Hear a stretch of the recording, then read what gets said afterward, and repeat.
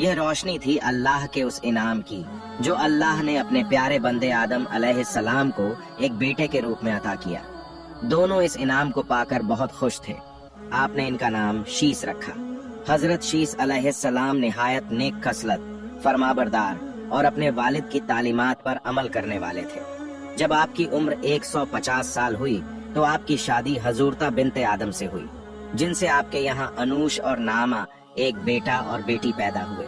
اس کے بعد آپ 500 سال اور زندہ رہے اور آپ کے یہاں بہت سی اولادیں پیدا ہوئیں۔ وقت گزرتا رہا، اولاد آدم پروان چڑھتی رہیں، نئی بستیاں اور زندگی گزارنے کی نت نئی چیزیں ایجاد ہونے لگیں۔ اولاد آدم 2 حصوں میں تقسیم ہو گئی، جس میں ایک طرف شیس علیہ السلام کی اولاد تھی اور دوسری طرف قابیل کی۔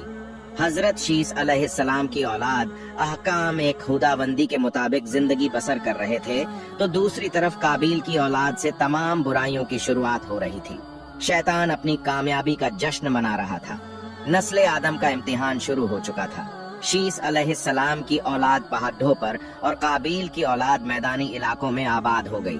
وقت اپنی منزلیں طے کرتا رہا، یہاں تک کہ حضرت آدم علیہ السلام کا اللہ کی طرف جانے کا وقت آ پہنچا۔ جب حضرت آدم علیہ السلام کی وفات کا وقت قریب آیا تو آپ نے اپنے بیٹے شیس علیہ السلام کو بلایا اور اپنا وصیت نامہ لکھوایا۔ ساتھ ہی آپ کو بہت سی باتیں بتائیں اور عہد و پیمان لیے دن رات کے اوقات سکھائے۔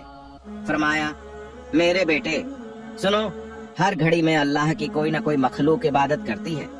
پھر فرمایا، زمین پر طوفان آئے گا جو 700 سال ٹھہرے گا۔ وہ کتاب جس میں وصیت لکھوائی گئی تھی، اسے قابیل کی اولاد سے چھپا کر رکھنے کا حکم دیا، کیونکہ آپ جانتے تھے کہ قابیل نے حابیل کو حسد کی وجہ سے قتل کیا تھا۔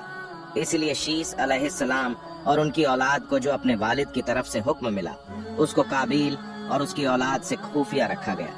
حضرات شیس علیہ السلام اپنے والد کے جانشین بنے۔ اللہ تعالیٰ نے آپ کو نبوت سے سرفراز کیا۔ آپ پر 50 صحیفے نازل کیے گئے۔ آپ اپنے والد کے نقش قدم پر چلے اور اپنی اولاد کو بھی نصیحت کرتے رہتے اور اللہ کے احکام کی پابندی کا حکم دیتے رہتے۔ آپ نے اپنے والد پر نازل ہونے والے صحیفوں کو بھی جمع کیا اور اس میں جو احکام دیے گئے تھے ان پر پورا عمل بھی کیا۔ آپ کئی سال خانہ کعبہ میں رہے اور لگاتار حج اور عمرے کرتے رہے۔ اس کے علاوہ آپ نے پتھر اور گارے سے خانہ کعبہ کو تعمیر بھی کیا۔ اس طرح آپ اپنے نبوت کے فرائض انجام دیتے رہے۔ آپ اپنی اولاد کو بنو قابیل یعنی قابیل کی اولاد کی طرف جانے سے روکتے رہے اور اس بارے میں انہیں برابر نصیحت بھی کرتے رہے۔ جب آپ کی وفات کا وقت قریب آیا تو آپ نے اپنے بیٹے انوش کو تمام معاملات سپرد کیے جانشین بنایا اور اس کے بعد پردہ فرما گئے۔ آپ کو اپنے والد کے پاس جبل ابی کیس گار میں دفن کیا گیا۔ علماء کرام کا کہنا ہے کہ طوفان نوح کے وقت نوح علیہ السلام نے دونوں کے جسم مبارک کو نکال کر کشتی میں رکھ لیا تھا اور پھر طوفان ختم ہونے کے بعد بیت المقدس میں دفن کر دیا تھا۔ انوش اپنے والد کے بتائے ہوئے راستے پر چلے اور اس میں کوئی تبدیلی نہیں کی۔ انوش کے یہاں کیان پیدا ہوئے۔ ان کی پیدائش کے وقت انوش کی عمر 90 سال تھی۔ اس کے بعد انوش 815 سال زندہ رہے اور اپنی اولاد کو حق کی تلقین کرتے رہے۔ جب انوش کی وفات کا وقت قریب آیا تو انہوں نے سارے معاملات اپنے بیٹے کیان کو سونپے اور ان کو اپنا جانشین بنایا۔ اسی طرح کیان کے بیٹے مہلائل ان کے جانشین بنے۔ کیان کی کل عمر 910 برس ہوئی۔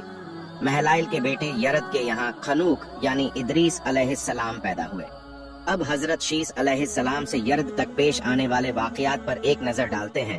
مہلائل کے دور میں نئی بستیاں بسائی گئیں اور نئی صنعتوں انڈسٹریز کی شروعات ہوئی۔ اجمی لوگوں کا انہی کے بارے میں خیال ہے کہ یہ 7 ولایتوں کے بادشاہ بنے۔ انہوں نے ابلیس کے لشکر پر سختی کی اور انہیں پہاڑوں کی وادیوں میں مار بھگایا۔ سرکش اور کافر جنہوں کو موت کے گھاٹ اتار دیا۔ مہلائل ہی پہلے شخص ہیں جنہوں نے جنگلات کٹوا کر شہروں اور قلعوں کی بنیاد ڈالی اور مسجدیں بنوائیں۔ جو شہر بسائے ان میں بابل جو کوفہ کے پاس ہے اور سوس خاص ہے۔ سب سے پہلے خان سے لوہا نکالنے کی شروعات بھی آپ کے زمانے میں ہی ہوئی اور ان سے کئی طرح کے ہتھیار بنائے گئے۔ پانی کو جمع کر کے باندھ بنائے گئے جس سے لوگوں کو کھیتی باڑی میں دلچسپی پیدا ہوئی۔ خطرناک نقصان کرنے والے جانوروں کو مار کر ان کی کھال سے لباس اور چٹائیاں وغیرہ بنائی گئیں۔ مہلائل لوگوں کے درمیان انصاف سے فیصلے کرتے تھے۔ ان کی حکومت 40 سال رہی۔ مہلائل کے بعد ان کے جانشین ان کے بیٹے یرد بنے۔ یہ اپنے والد کے طریقے پر رہے